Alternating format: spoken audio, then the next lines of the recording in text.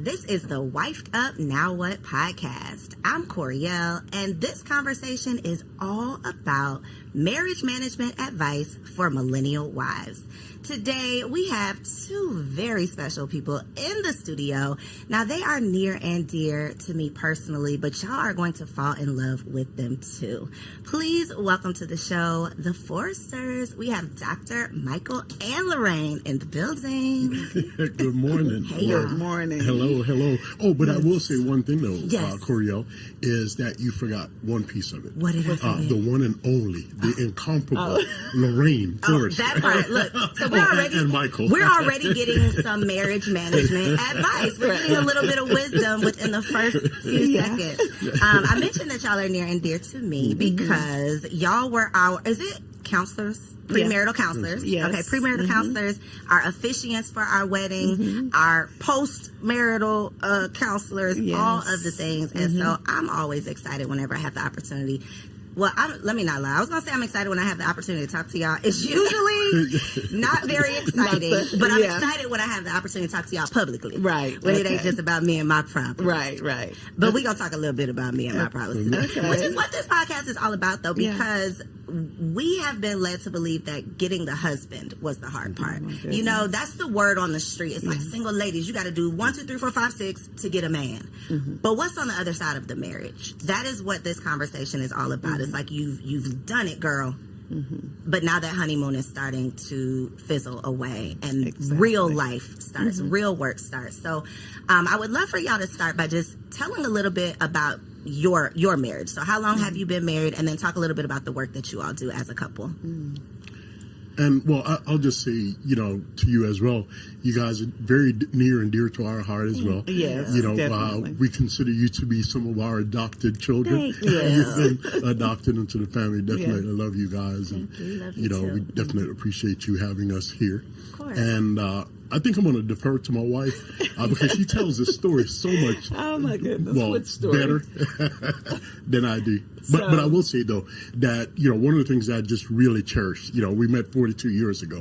And I was thinking about it this morning. The fact is, and it might even be a little bit shallow, but I remember when I first saw her, that there was just something about her. It was her smile and her nose. And I think, that sounds kind of weird, right? Hey, but that was something that captivated me from minute one. Yeah. I'm going to let you go ahead and finish. And he's still got this smile on his face, baby. And he loves to play with my nose. But so we did meet 42 years ago. It was love at first sight. I love the Porsche that he was driving. Okay. No, that's what caught my interest. But initially, I'll say, long story short, it was not love at first sight. He actually went to friend zone for a minute there. And then meeting his family, knowing how he was raised and all of that is what helped me to allow him to be more in my life. Okay. And in my son's life, I had a son who was 1 year old. So long story short, we've been married 38 years. And all of them have been absolutely perfect. I've been the perfect wife. That part. Right. Okay, now the truth. The truth, yes. So there were a lot of things that happened that I did not expect, that he did not expect. I definitely put him on a pedestal. I thought he was so far beyond the average guy, and found out that was not true.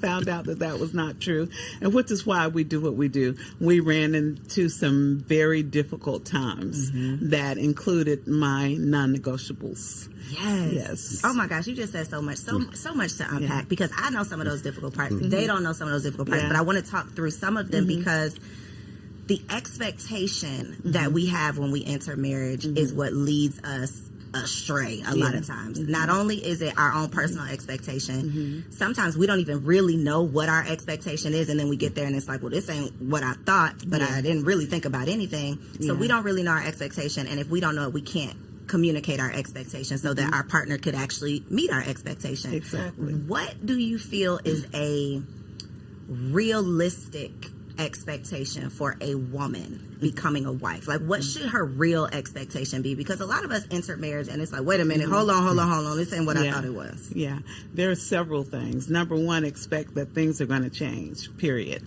And all of those ideas about things will ultimately go smoothly because we love each other and we're pretty much on the same page when we say I do. But the reality is, first of all, you need to do premarital counseling before you say I do. And that way, some of the topics will be discussed. So you'll have an idea of what you're getting into. And then once you get into the marriage, to understand that things are not going to always go smoothly. Finances need to be considered, how you manage your finances, how you manage blending family and friends. You need to also consider your sex life, your spirituality.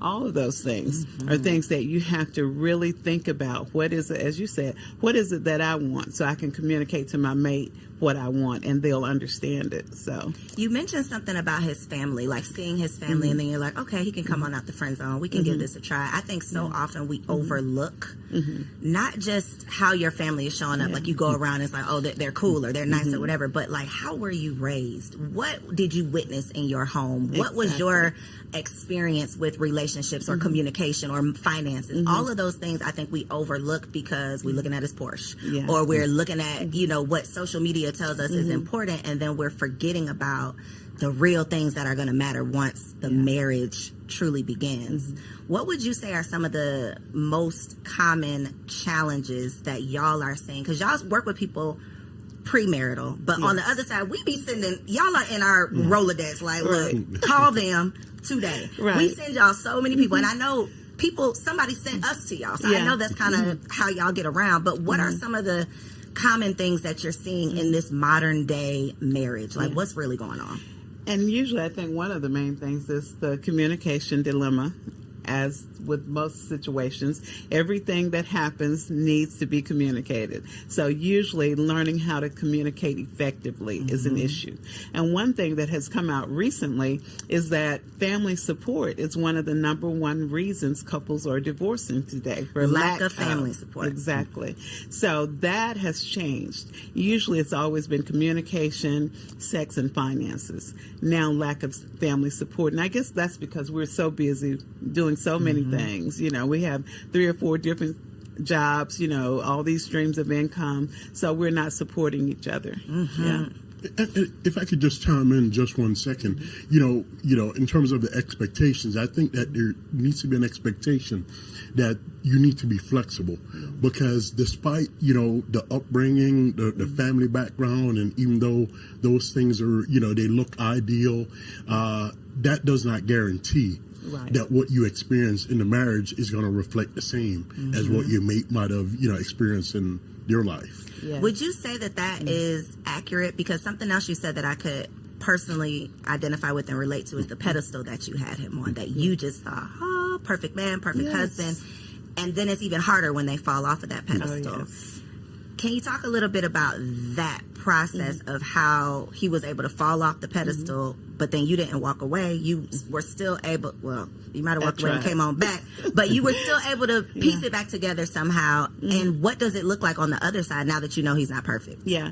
And he would always tell me, look, I'm not perfect. You know, you think too highly of me. But I was looking at his family, his mom, dad, great people. They taught him well, you know, had great morals. His siblings, they got along very well. They had very interesting and intriguing conversations. Everything was just great. And he would call me long distance and tell me, you know, I was listening to this sermon the other day and they said XYZ. And I'm like, okay, you know, and all of those things. He was not the average person. He would never use profanity in my presence, period, you know, and he's always so respectful.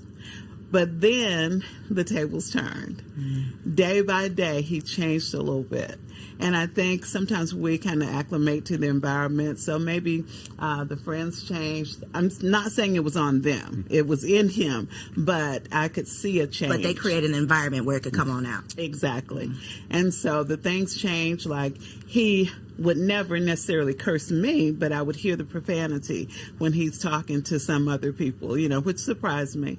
And then I would see different things change. And ultimately, unfortunately, when I found out that he was for the streets, that was it right there. You know, You found out he was for the Yeah. streets. Mm-hmm. How did you gather him back out of the streets? You don't have to go into Yeah. all the details, but nobody walks down the aisle thinking they're going to find out that their husband is for the streets, Exactly. especially not when they had him up on this pedestal. Yeah. But these are the 40-plus year Yeah. experiences Exactly. that we have to hopefully not be prepared for, Right. but at least be aware of. Right. And so one of the things that I did not expect this to ever be this person. I thought that he was a man of great integrity. He was always at home. He went to work. He came home. Everything looked real good. But there were times when I might be at church and he might not feel like going. And then he would go do his thing wherever and be back before I got home from church. So when I did find out that he was for the streets, it was one of my non-negotiables. So I'm like, you out, period. This is done. But he said, I'm sorry. I made a mistake.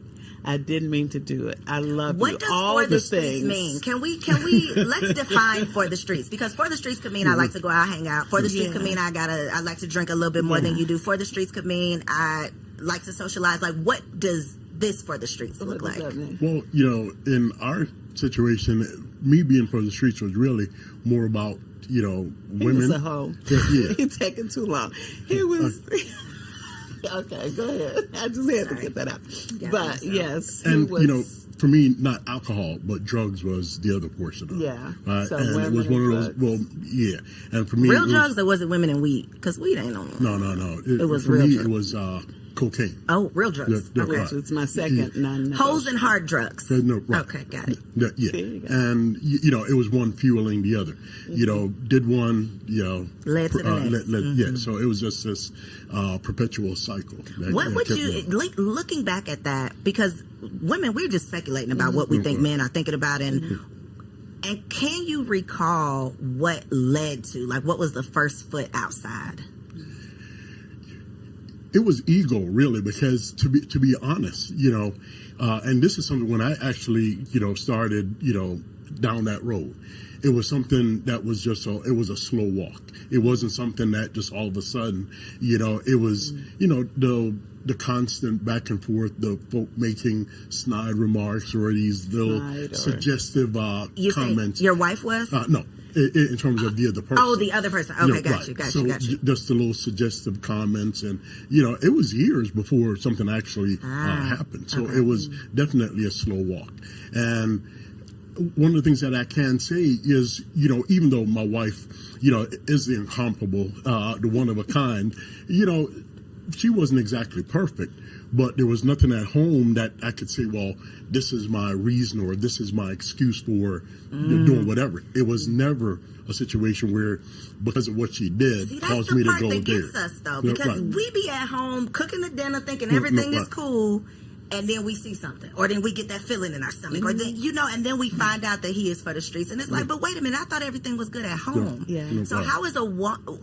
is there a way to prepare or prevent, like, or is it just this is who this person is and this is what we're gonna have to go through? I think it has a lot to do with that person and their maturity. Gotcha. Not anything that anybody else can do, but it's where they are, whether they're mature or whether they decide to be a person of integrity. And for me, I had to come to the realization that, especially during that phase of my life, it was, and I'll just kind of go back to the Bible. It says when I was a child, I did as a child. I spake as a child, but when I became a man, I put away childish things. And for me, that was definitely one of those phases where it was me being self-centered, selfish, and it was that ego thing, So this is a non-negotiable, a deal breaker. It has happened. Both of them, the only two I had. The only two no you had. drugs, no screwing around. He did both. He did both. What is the next step for you? So the next step for me initially was to get a divorce. So I went, retained an attorney, started making the payments. And then before that, I found out I was pregnant before I completed the payments. So I'm pregnant. Okay. This child needs to understand who their father is. He's not all that terrible. He can do better. So he got back on the track. He's doing everything right. Then I find out again, he's screwing around again. Was it the same person? Yes. Same I person. almost jumped out of this seat. Yes. Okay, go ahead. I'm sorry. So then I started paying the attorney. After a while, stopped the proceedings. He got back on track. Everything was fine. That happened twice. Third time, I said, okay, this is it. And we had some financial problems in there, which caused me to stop paying the attorney. But the third time, we got to court. He signed the divorce papers. I signed the divorce papers. And the attorney was there and shared with the judge what was happening. And the judge said, a sister looked at me and said, I will not grant you a divorce. And I was thinking to myself, where's your boss? Because Somebody gonna grant this divorce. Exactly. So, but she ordered us to go to counseling and come back in 6 months. But we actually got back on track and never went back to court. It was years later before they even closed the case out. Because what I discovered was that perhaps God had something different with all of these obstacles that wouldn't allow me to get out of this marriage. So I started saying, God, what do you want? And then God prompted me to change. And I did go to one counselor at our church, and she had the audacity to tell me I had some issues. No, ma'am. No, she did not. I was like, wait a minute, he's all wrong. He's the one doing wrong. Exactly. And she shared with me some of my shortcomings. So that coupled with my conversations with God, I changed my behavior, and then he could see. I think that's what helped him to see that change was possible. So as a woman in this scenario, and I'm sure this is something that comes up with your couples, how do you not internalize it and make this about you when it's obviously, something that he's dealing with? That's part one. But then part two is, how do you take accountability of maybe you're not making this a safe space at home? Maybe you do have an attitude, whatever the counselor told you, like maybe there is some things that you need to work on. How do you not blame yourself, but then also take accountability for your part in the partnership? Yeah. So initially I started to go down that hole, as most people will, what's wrong with me? Why is it that he's out seeking something else? What's wrong with me? And then I soon realized that there was nothing wrong with me. And anything that I thought was wrong, I could fix it, or be happy with it. So I did work on myself. And then I was able to say, you know what? This is his problem. He has the issue, not me. And so with me making the changes, and that's basically what the counselor told me, that I was not making it a comfortable environment at home, because I went from wondering what's my problem to, hey, look, I'm all of that and then some. So you need to recognize. So I had to tone it down a little bit. So there had to be like a happy medium. Right. But really though, in all fairness, if there were some things, in terms of her attitude or whatever, if there was something that's present and prevailing, 9 times out of 10, it was because of something that I did, right? That it wasn't making it a warm and loving environment, creating that space for me, because she was pissed off, probably, right? And then, so, how can I expect for her to be loving and kind if, I'm taking her down this, road, creating all this aggravation and frustration. This scenario where she can't be peaceful and calm and kind all of the time. So I'm expecting her to take the blame for me stirring the water and, getting things, stirred up. But yet she's supposed to be... Y'all were both playing your parts in it, for sure. Yeah, and it was definitely him. And some people who know me now think, oh, she's a minister. She's always got down on her knees and prayed and everything worked out. Well, when he looked at me, this came to mind. I'm peeling potatoes. It's like on Thanksgiving or Christmas Day or something. And I said something to him, and he looked at me and said, Psh, get out my face, and turned his back and walked away. And all of a sudden, the knife went sailing across the room. It was a slow motion and hit him in the back, stuck him in the back. So that's the kind of thing he provoked. 40 plus years. You know what, though? It's so necessary Yeah. to hear these conversations because people love to spin. Yeah. Well, your grandma stayed married for 60 years, Yeah. but we weren't privy to what was really going on in that marriage. And Exactly. if we knew what they had to work through over Right. over a course of literally a lifetime, everybody wouldn't be, I think, running so quickly down the aisle Right. and not being prepared Yeah. to do so. Do you think that you entered the marriage with deal breakers or non-negotiables? I don't really think that I had. Well, I guess maybe I probably would have one, and it would probably be cheating. Because I know for me, had it been a situation where the shoe was on the other foot, I'd have been Out the peace door. out. Out the door. Yeah, I thought. even though it was unspoken. Got you. So when couples sit down on well, not on your couch because I know a lot of it is virtual, but when you are in the presence of couples, premarital, how do you advise to handle like deal breakers? Do you advise that you should have deal breakers, non-negotiables, or do you encourage people that you can work through whatever life presents you? So, of course, each situation is different. We do ask them sometimes, do you have deal breakers, and let them listen to what they're saying and what their mate is saying. Many of them who have gotten to the point of really wanting to be married, they'll say things like, okay, I don't know if cheating would be my deal breaker, but drugs would definitely be. And violence, which we definitely ask people to step away from the relationship if there's violence or emotional. But you threw that knife now, Doc. You threw that knife. But that was not on That was a purpose. I didn't reaction. get up. It was a reaction. Thank you, babe. It wasn't premeditated, or Right. are you sure it wasn't premeditated? It was not.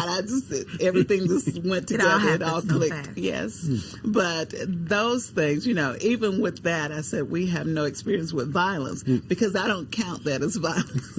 Ma'am. Now, ma'am. When We I don't count did it. it. Okay, gotcha. We don't count When I did it. Okay. Or the time that I slapped him. So those things, Sometimes but- a good slapping. No, we do No, not condone violence. We We don't, do not. No. fellas. Yeah.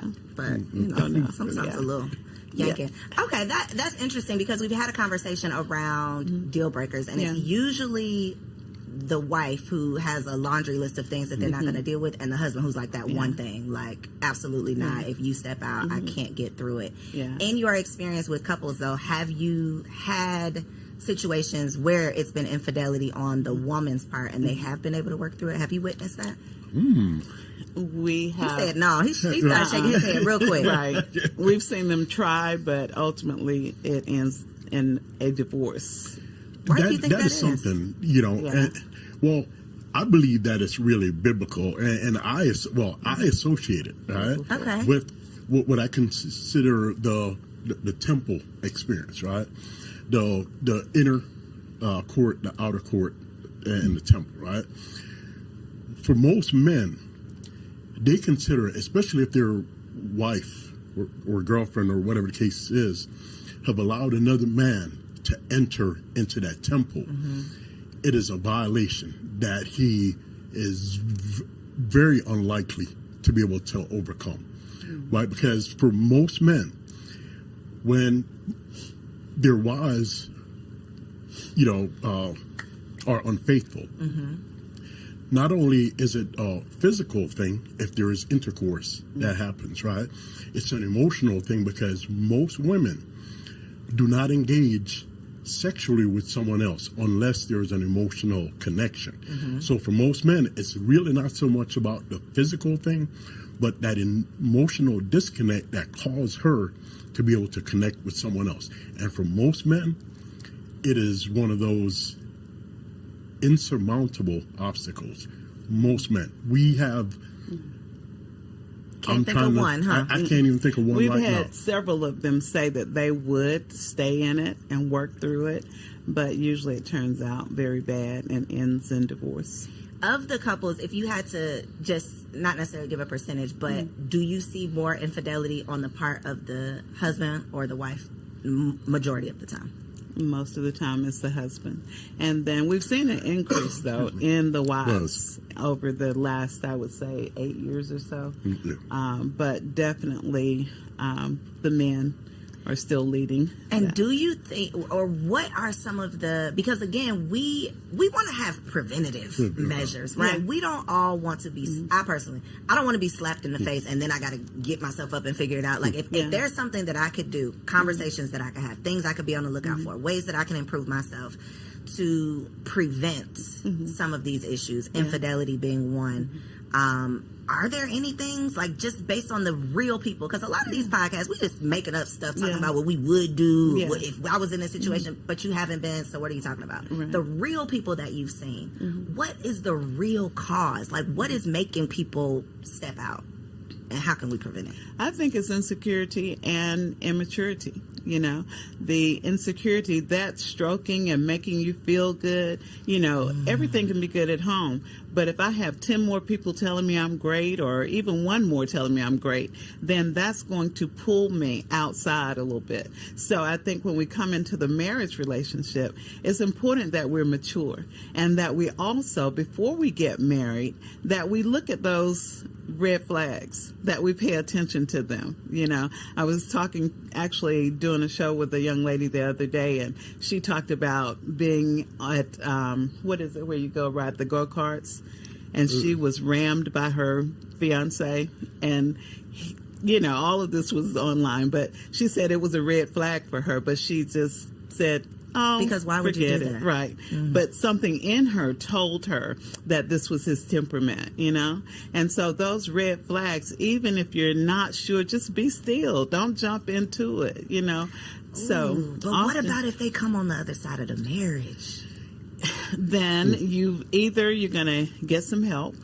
And if help does not help, then you need to get out. With our situation, I did see progress. I made changes, he made changes, and daily or monthly I could see the changes. So that's what helped me to stand. Plus, I wasn't having any luck with the divorce thing. But that's what we advise people. If you see progress, then make sure you can then, you know, look forward and have hope. But if you don't see any change, You're going to have to make the change. Yeah. And if I could say this, you know, I think, you know, we get caught up in this notion, you know, we're in love and, you know, we look forward to this life happily ever after. And, you know, it's just this all fluff and glamour and glitz, right? When the reality, that is not the reality, right? And I think people really do need to realize that they need to go into marriage. It needs to be eyes wide open. Right, that you're not dismissing these things that are these little red flags to you, that you are addressing them up front if you can. You know, surely there are things that's going to happen, you know, because if you're going through life together, there are going to be obstacles. There are different things that's going to come up. But when there are these blatant red flags on the upside, on the front side of it, and you ignore them, that's ignorance. Right. So, you know, we definitely encourage people to go into it eyes wide open in a loving way. Right. And, you know, share your concerns or whatever. If your partner is willing to make changes or whatever, take note of that.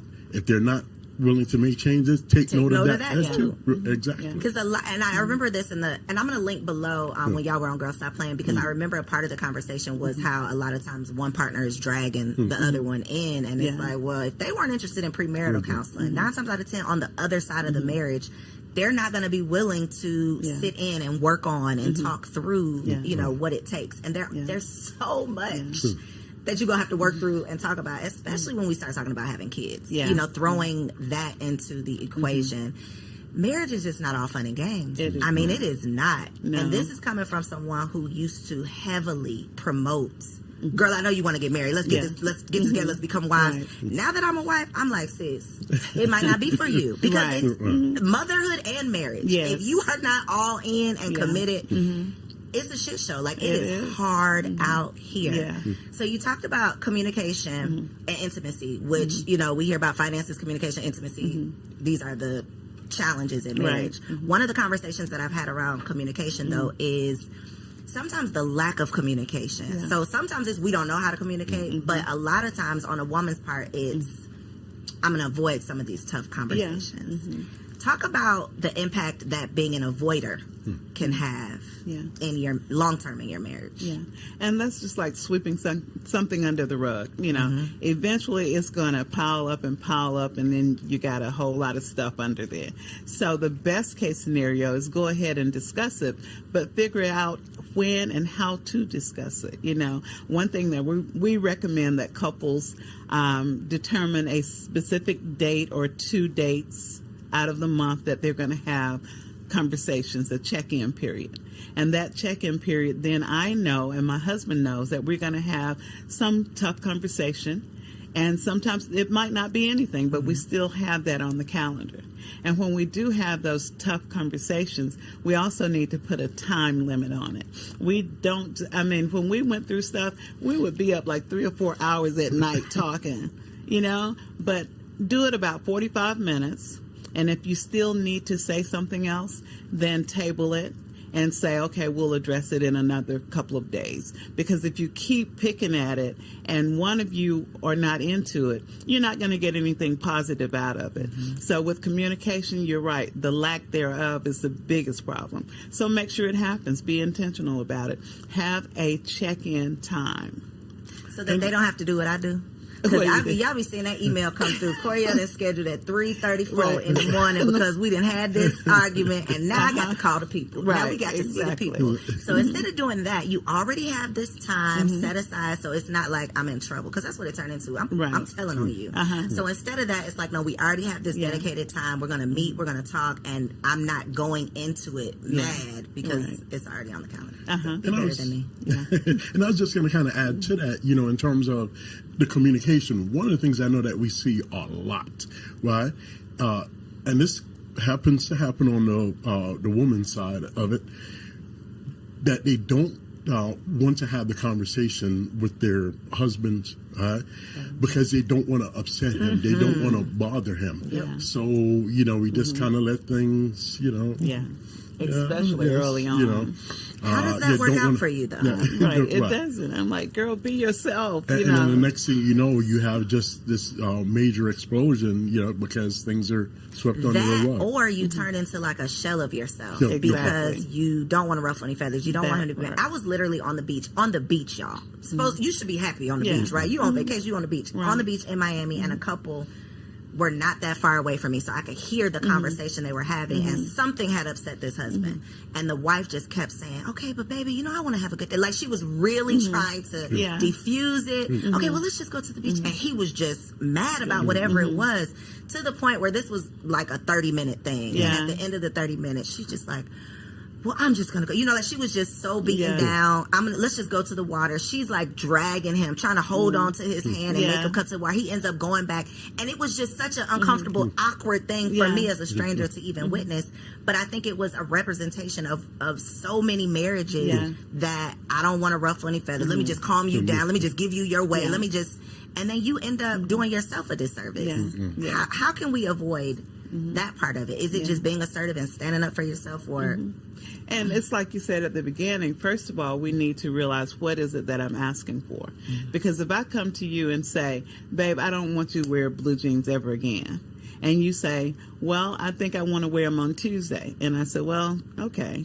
I'm not true to myself. I need to come back with some factual information why I don't want you to wear the jeans. And I need to have that already reconciled in my mind before I approach you with that thing, So then I can give you the facts as to why I have this position. And so just a lot of times we see women will say things and then they'll change so fast. And then they come back 2 weeks later with the same issue. Stand firm on it. Make sure you solidify it in your mind before you present it. And then when you present it, you have factual information that will help them to understand what you're saying and why you're saying it. And I think another part of it, too, is, in terms of, avoiding these type of situations in the marriage, is making sure that you're actually working on yourself, making sure that you're a whole individual in this marriage, because if not, you'll just find yourself just being the shell of a person, not really adding any value, in a marriage, in a relationship, and that's not fair. And really to either of the persons, in the marriage, you have to be a whole person. Yeah. It's tough. It is. Because you become a half of a person real quick. Once you say I do, now you're the wife. Now you're not just the woman, you're the wife. Yeah. You got this whole nother responsibility. And then you become the mother. So now you're like a quarter of who you were. And I think that is where some of those issues come in, because it's like I got to manage all this stuff at home. To your point about the lack of family support, a lot of times the mom becomes the default parent. Now I'm stressed out. Now I got an attitude when you come through the door. Now we got something else to argue about, and all of that compounds into a tough life. Yeah. And if you are dealing with your own tough life, which most of us don't know how to deal with, we're not communicating to you. You got your own stuff going on. You're seeking whatever you're seeking to try to get through it, and then we got to come see y'all. Yeah, yeah. And scheduling is something that we don't do in marriage. We have businesses, we make appointments, we schedule things. If we schedule things in our marriage, schedule my me time, schedule your time. What about sex? Should we be scheduling sex? Yes, we definitely should schedule sex. We are dealing with multiple streams of income. We're always working. We look up and 2 weeks have passed and we haven't had sex. You're already 6 times down. Dang, so wait a minute. So what's the goal here now? What's the goal? What we going for? It still remains 1, a minimum 2, of 3 3 times in a 7-day It still period. remains a minimum of 3 times. I'm glad y'all said that, because me and Kendrick had a little back and forth about, is it 3 or is it 4? I knew it was 3. I told you it was 3. He said he was going to call you. I knew A it was 3. minimum of 3. Well, Kendrick, I think we're going to get you an Please. extra one. Please. He's like, no, because it's supposed to be the majority. I'm like, sir, relax. 3 is good. But seriously, other than lack of intimacy, what are some other, besides scheduling it, like what are some other preventative things that we should be aware of? Like first 1 to 3 years of marriage, when it comes to intimacy, what is your advice? So women often say, well, I'll do it for him. Okay, he wants this. Sex is a two-way thing. Ultimately, when you get down to it, both of you hopefully are enjoying it. So embrace that mindset. This is not for him. This is for me. I enjoy it. You're looking at and thinking about things that you want to do, things you want to have done to you. That helps you to get into it. Looking at part of how they do it in the Tantra sex, where you're thinking about it 24/7 and you're psyching yourself up to it. Or you go 3 days with you two touch, kiss, and everything but sex. But then on that 4th day, you go all in, And so it's making it interesting for both of you. And it's not, there is sex and there's making love, 2 different things. Both of them are necessary. A lot of times women expect making love. I just can't, because we had an argument 5 days ago, so I can't do it. You can. You could just If have a he little asks you- sex. right, and enjoy it. That part. So if you got an attitude, though, this is the men are from Mars, women are from Venus thing. I could piss him off at 8:05. By 8:07, he ready to go lay down. He is fine. 8:06. Look, 30 seconds later, if he pisses me off at 8:05 a.m., I might still be mad at 8:05 p.m. Like I might just be coming down at 8:05 p.m. where we. That is the part that I think I'm laughing about it, but I really think this is a serious problem, because men do not understand. Like my body almost don't work. Like I'm gonna be looking at you like. You don't want to be on top of me, and I'm looking at you like that, right? Yeah. But he's not looking at you. He don't care. Yeah, he don't care. But when years ago, somebody close to me had a terrible car accident. They were paralyzed. I get the call, and I'm like, oh my God, I'm just pretty much in shock. And I tell him, he just starts groping and I'm like, really? And what was your reason for that? He said it always made him feel better, so he thought sex would make me feel better in the moment. I was just trying to play my part, trying to help her get over this situation, trying to put her in a better state of mind. Distract you. Let me get your mind off of that. No. Wow. Yeah. Y'all are literally from Mars, because what? Yes. Okay. That is thank you for saying that because that represents what men, and I don't want to just say like y'all, but y'all brains are literally different. They are wired different from ours, and so that is a perfect example of. They just can't read the room sometimes. Right. But that was, I believe, at that time and at my stage of maturity, that was a legitimate thing for me, in terms of my thinking that this is how can I help my wife in this moment? And that's what I deflected to. I really appreciate you saying that right now, because for most women, we're like, no, hell no, you are crazy. But he was serious. He was serious. Yeah. Okay. I was very offended. I was very offended. Yeah, I would have been offended too, but that makes it make sense. Yeah. That y'all literally, it's a totally different thing for y'all versus how it is for us. Okay. So put it on the calendar. Make it do what it do. Okay. All right. The last segment. And let me say a little bit about that too. I'm not saying to women, just he might have totally disrespected you, and you're supposed to go pull your clothes off and be ready for it. I'm saying he should come back and at least apologize, and you should be able to say, well, we can pick this up 2 days from now. We'll talk about this thing. Let's go ahead you just made me and think reunite. Of something. Withholding sex. Talk about that. What comes to mind when I say withholding sex? Because that's a whole thing of like a barter, like a bargaining chip in marriage. Well, let me just start here, and I'm gonna go to the Bible on this one. The Bible says, "Do not withhold from one another, except by mutual consent, and for a predetermined amount of time." So that you don't fall into temptation, because your body no longer only belongs to you, it belongs to your mate. And I'm gonna let you go ahead and take it from there. Yes. And that is true. And I have learned that withholding sex is not a good thing, because it really doesn't accomplish anything, but it serves to push the two of you further apart, And the reality is, if he's looking for sex, which most men are not looking to make love, or not always, then he can go and take things in his own hands. He can also go, and that chick who's been looking at him at work, he can go get it anyway, So why not go ahead and do it? It's healthy. Just like if you go walking together, you go running together, having sex helps you in terms of building up your heart rate. It helps you emotionally. It gives you a state of peace, So go ahead and do it. If you want to withhold something, don't fix dinner. Do something else, but don't make yourself do without enjoying sex. And, if I could say this, in terms of men being wired different, I think you did say that word, wired different. Yeah. And it just, came to my mind the fact that for most men we're probably two-way switches, women are three-way switches, and I'll put it like this, because for most men it oftentimes it's just a look or something or a touch that gets us to that point, whereas with women it's three ways. I feel that it's the mind, the heart, and the vagina. If those poles aren't connected, it's not going to happen. So, and I think, we don't want to minimize that part in terms of, saying that, and as we were saying that we shouldn't deprive one another, right?